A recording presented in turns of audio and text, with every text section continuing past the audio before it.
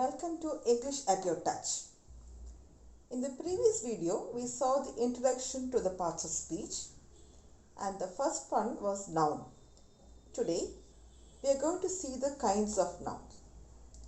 Basically, we have four types: common noun, proper noun, collective noun, and abstract noun. We'll just see what each one stands for. As per the name, common noun stands for anything which is common. That is, names of non-specific nouns. Example, boy, city, cow, friend, bee. All these are just common names. It can refer, when you say boy, it can refer to any boy whom you know in the world. When you say city, the word city can refer to any city in the world. And same way, the other nouns also. But when you look at proper nouns, they refer to specific nouns. When you say boy, it can refer to any boy. But when you say a name of a person, for example, Ravi, it refers only to Ravi. In the same way, city can mean any city in the world. But the word Chennai, we have only one Chennai in India. So it refers to one specific city.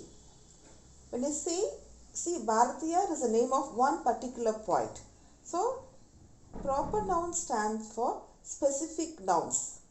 One important feature of proper noun is, wherever proper nouns are used in a sentence, whether in the middle of a sentence or end of the sentence, we always use capital letters to write the proper nouns.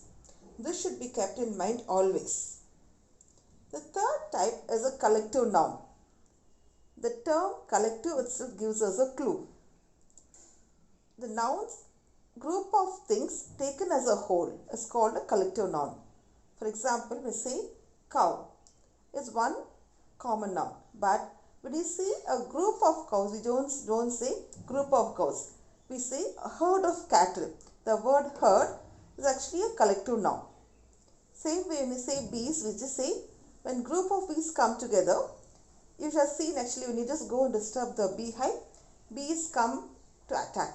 So they just don't come individually, they come only a swarm of bees. And one more example is grapes. When you just say one grape, we say grape, or two or three say grapes.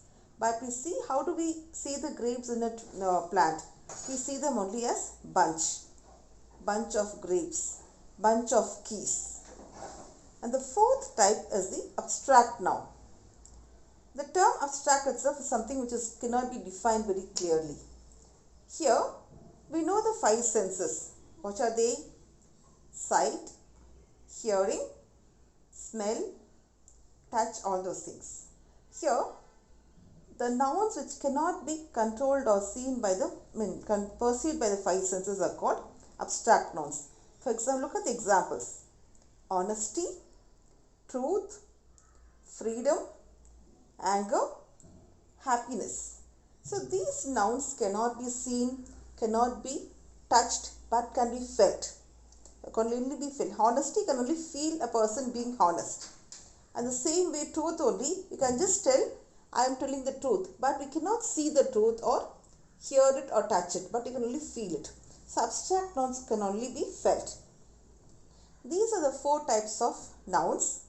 I'll repeat once again. Common noun, which is the name of a non-specific noun. Proper noun stands for specific names, individual specific names of person, place or thing. These are called proper nouns. Collective noun is a name of noun given to a group of things taken as a whole. It's individual cow, but cattle together can mean cow, sheep, everything together. Swarm of bees, bunch of grapes. Abstract noun, again, as we saw in the introduction, it is not perceived by the five senses. It can only be felt. It cannot be touched.